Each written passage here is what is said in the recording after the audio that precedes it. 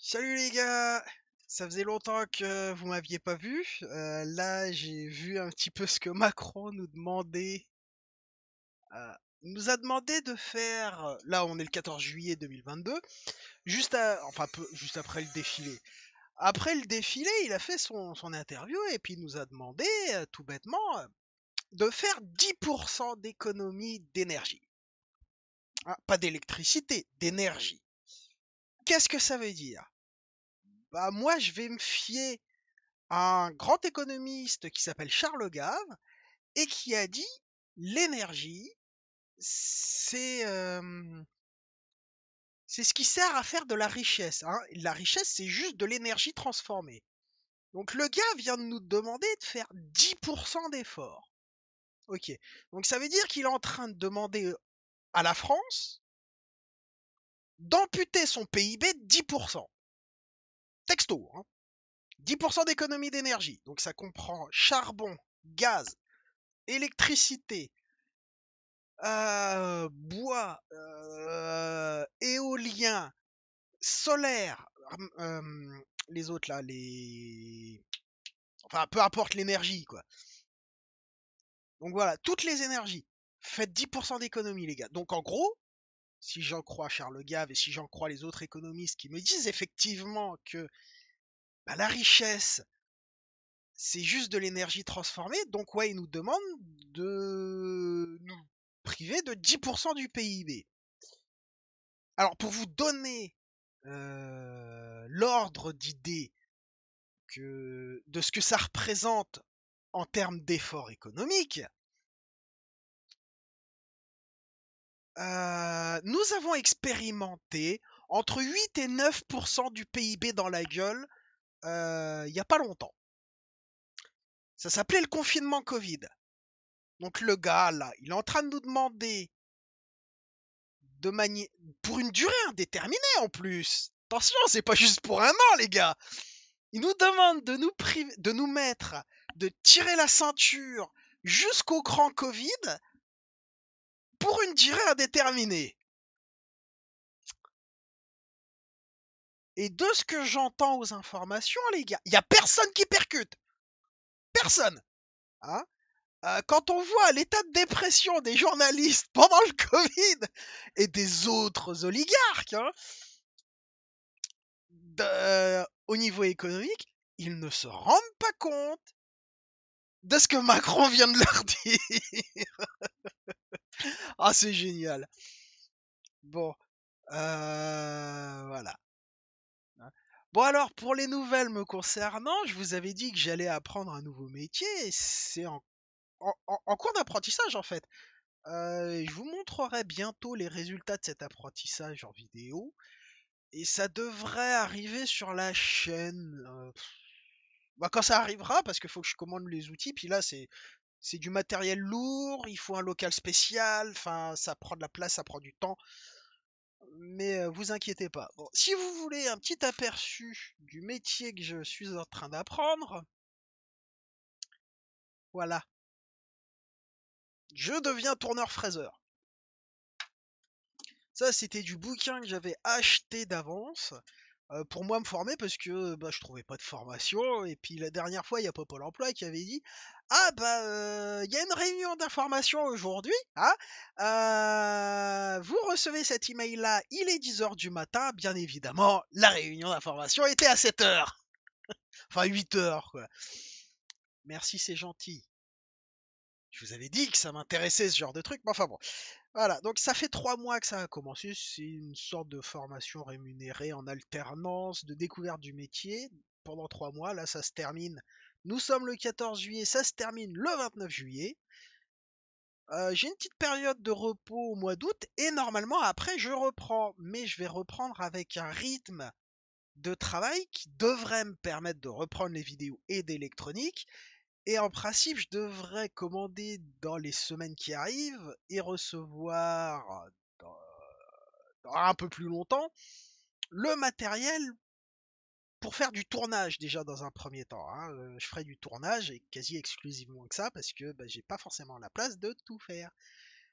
Voilà. Donc j'aurai peut-être pas de fraiseuse. Bah, tant pis, c'est pas grave, hein, avec un tour, on peut déjà faire grosse partie de l'usinage. Donc voilà, voilà.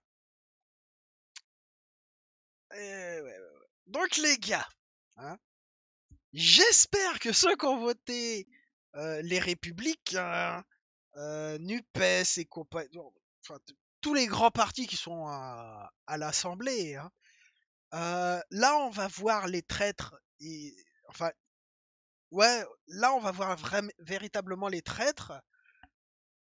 Pourquoi on va les voir? Parce que il y aura ceux qui vont accepter que les autres, parce que c'est pas les politiciens et les sénateurs et les autres là qui vont accepter de prendre 10% dans la gueule, hein.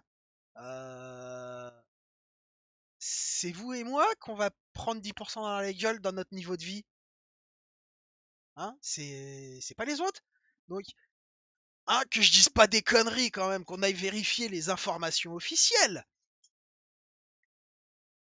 Alors, ouais, allez hop. Ah, il y a pas de celle-là. Ah bah oui, forcément, faut que je. Hop. Hein, comme quoi, je déconne pas. Ah, pas de coupe, pas de montage, rien. Là, ça va être vidéo brute. Alors oui, vous voyez Reminovich pro-russe. Bon, écoutez, hein, tant pis. Donc, alors, PIB, France, Covid.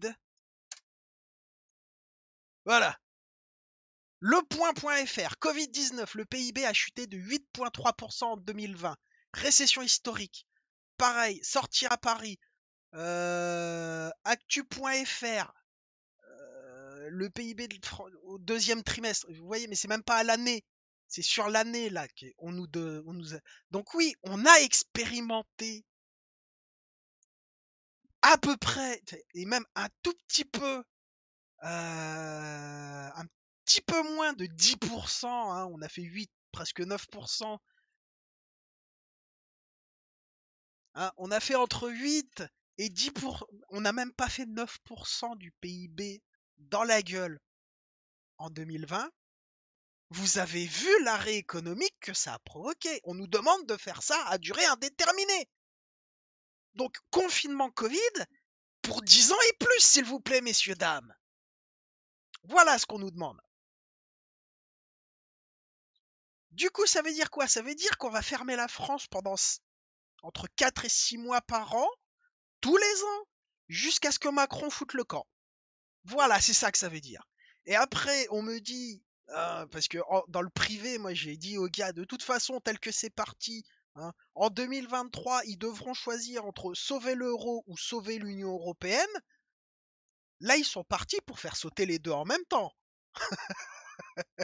C'est génial. C'est que de la bonne nouvelle pour moi parce que j'aime pas l'Europe. Enfin, j'aime bien l'Europe, mais j'aime pas l'Union européenne. J'aime pas l'euro parce que j'ai connu le franc et j'ai connu la France avant l'euro, donc avant 2002. Hein, je suis un vieux dinosaure maintenant. Mais ouais, voilà. Donc les gars, vous avez quelques mois pour planquer vos sous. Parce que vous inquiétez pas, les 10% d'économie d'énergie qu'il cherche à nous imposer, ça va être en plus en faisant appliquer la loi Sapin 2. Qu'est-ce que c'est que cette loi Sapin 2? C'est que ils vont venir piocher directement dans l'épargne des gens. Alors vous vous dites, bon, c'est l'épargne, j'ai une assurance vie, il me la chope, bon, c'est pas grave, j'ai quelques milliers d'euros dessus, ça m'empêchera pas de vivre. Sauf que c'est l'épargne au sens bancaire du terme, au sens du banquier du terme. Ça veut dire que votre compte courant est considéré comme une épargne. Donc, si vous avez plus de 10 000 euros qui traînent sur un compte, et vous inquiétez pas, c'est pas réparti sur plusieurs banques. Ça, ils, ils ont le fisc avec eux. Ils vous laisseront que 5 000 euros tout court et pas sur plusieurs établissements, hein. La garantie, comment dire, référez-vous au Liban. Qu'est-ce qui s'est passé au Liban? Il n'y a plus de sous pour personne, tout simplement.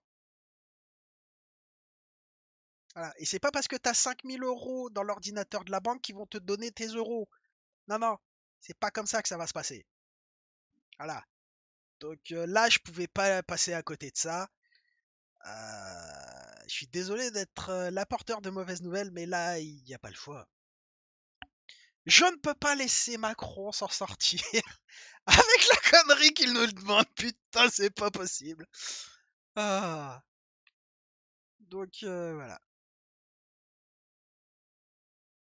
Pour le retour des vidéos sur l'électronique, vous inquiétez pas. J'étais en train de bosser à nouveau sur mes sur Nantes tout Tetris, la fabrication du processeur, le logiciel de simulation me casse les couilles pour une solution que je sais qui marche, enfin que je sais qu'elle marche, mais qu'il me laisse pas faire.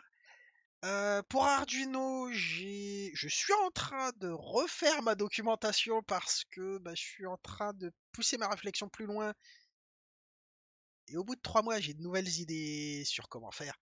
Et il faut que je me documente là-dessus pour apprendre à le faire correctement. Enfin, ça va me prendre un peu de temps. Voilà, voilà.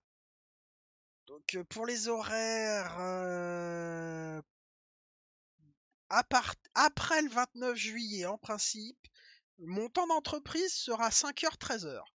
Du coup, bah moi après j'ai toute l'après-midi et puis j'ai vu que je pouvais tolérer de me coucher à 21h et que le lendemain à 4h du matin, ça me dérangeait pas quoi. Je pouvais tenir ma semaine comme ça. Par contre le week-end c'est repos donc il y aura donc bah on verra. Ce qu'il va me falloir une nouvelle période d'adaptation pour rechoper le rythme du 4-13, enfin du 5-13. Voilà voilà. Mais ça veut dire qu'en été, putain, je travaille à la fraîche, les gars. C'est génial. Je travaille à l'usine, mais à la fraîche. Ah. Enfin bon, voilà. Donc, on applaudit tous ceux qui ont voté Macron et pour son gouvernement. Hein. Tous ceux qui ont voté pour des députés, les Républicains, NUPS ou NUPES, peu importe comment ça se prononce. Hein. Bravo, messieurs. Parce que tout ça, c'est des traîtres à la France qui vont voter Macron. Enfin, qui vont voter Macron. C'est pas parce qu'ils ont montré un exemple là qu'ils vont continuer à le faire après. Hein. Si vous vous souvenez, pendant la précédente mandature, ils ont voté, ils ont voté les textes Macron. Ils les ont votés.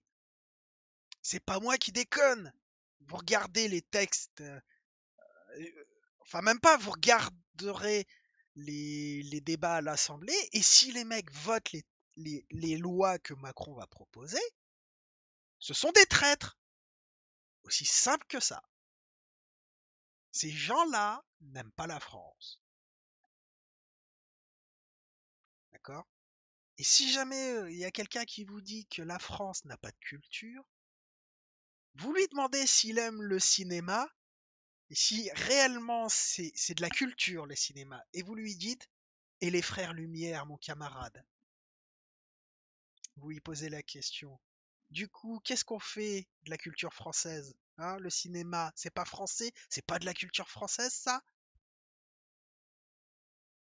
Voilà. Donc, bah, bonne soirée, et puis à une prochaine, bah, quand ça reviendra. Hein. Voilà, vous me connaissez à force. Je fais les vidéos quand ça me chante. De temps en temps, j'en sors 3 en une semaine, puis de temps en temps, bah voilà, je suis en formation et pendant 3 mois, j'en branle pas une. Bye bye.